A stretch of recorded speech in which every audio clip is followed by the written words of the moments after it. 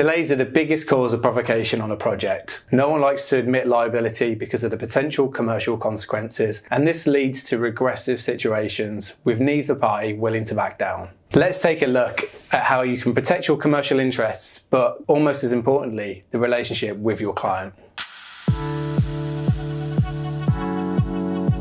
Hi, I'm Chris from the School of Sub, the place where you subcontractors come to get your commercial and tendering tips. Don't forget to like and subscribe and hit that bell icon so you don't miss out on our new content. Firstly, all contractors need to protect their commercial interests, and it starts way before you're even on site, and that's your program. Here's what you need to do. Scheduling and programming.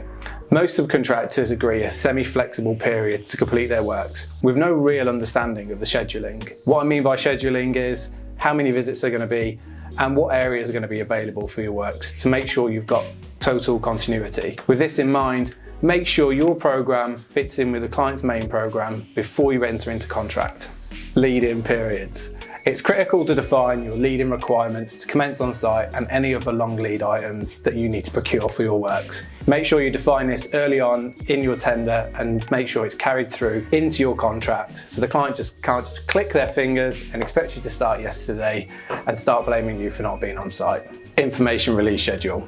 Now, if you're a main contractor working on JCT contracts, you'll be familiar with an IRS. But when it comes to subcontracting, this won't be so familiar. If your works involve managing multiple subcontractors and you need design and approval to help assist with timely procurement and delivery of the project, an IRS will really help, and it will identify when information is late and the cause and effect to your delivery. Now you've defined your program requirements for delivering the project, you and the client are totally accountable for making sure you keep up your end of the bargain. Now you're in delay, what should you do? Here's your next steps. Notification. You're contractually obliged to notify promptly the client if you are in delay. And this may feel a bit contractual and overly formal, so here's a way to make it a bit softer and a bit less contractual. Phone call. Before you send anything in writing, always call the key stakeholders before you send anything in. If you send in an email or an overly formal letter, it will go down like a fart in a lift. Nobody will say anything, but you'll be getting judged negatively. So before you do anything and put anything in writing, have a phone conversation with the person involved and get it discussed and clarified before you put it into writing. Paperwork. Paperwork is key when it comes to delays, and making sure you have the right paperwork in place, such as a day worksheet, recording all the information, the delay, and the resource that you had on site will go a long way when it comes to claiming the additional costs later on down the line. Try and get this signed off, and if you can't get it signed off, send it to the key stakeholders on the day, just recording the events. Email.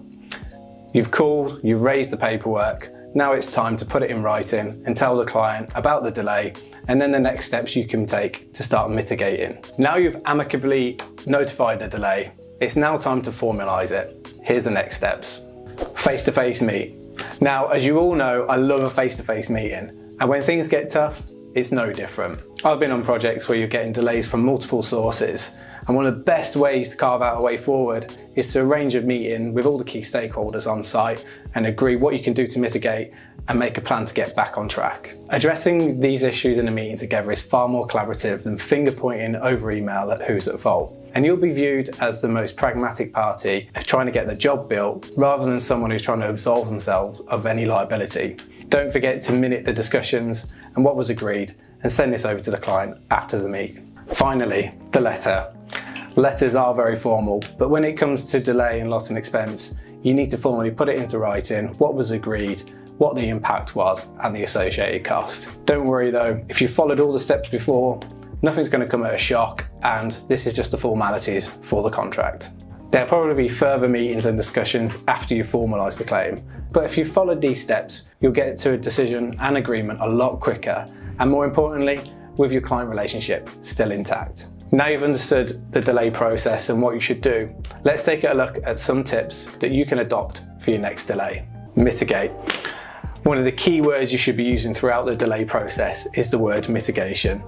It's your contractual obligation to do this, and if you keep referring to it and you keep acting on mitigation, you're going to give the client some comfort that you're using best endeavours to minimise the impact for them. Your next steps. Delays are sensitive because essentially someone's picking up a bill they never planned for. So with this in mind, always be open with the client about what you're going to do next, whether it's a meeting request, a letter, or an email.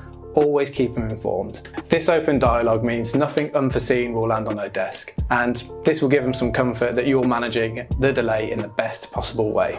Delay and disruption tracker. When you've got delays coming in from multiple sources, the best way to visualize the impact is with a delay and disruption tracker. Now, just for you guys, I've created a free template for you to download in the description below. Don't absorb in silence. It's quite common for contractors to absorb delay at the start of a project and put the relationship with the client first. Unfortunately, people have short memories and your goodwill will soon get lost. What you should do is always refer to whatever delaying the impact is and refer to it in your applications so the client can actually see how much they've actually impacted you throughout the project. If you choose to absorb that cost, that's your prerogative. And if the going gets tough at the end of the project and the client is being a little bit tricky, you can always refer to the impact that you've absorbed throughout the whole project. The takeaway: open and transparent dialogue throughout the delay process will go a long way, not only to protect your commercial interests, but also the relationship with your client. And remember, when you're in delay, pick up that phone first and get on the phone to the client to talk to them about the delay before you formally put it in writing. This way, you're managing the expectations of the client effectively and nothing will come as a surprise to them. And that's a wrap, guys. I hope you enjoyed it. And don't forget to leave me a comment if there's a topic you want to discuss. See you next time.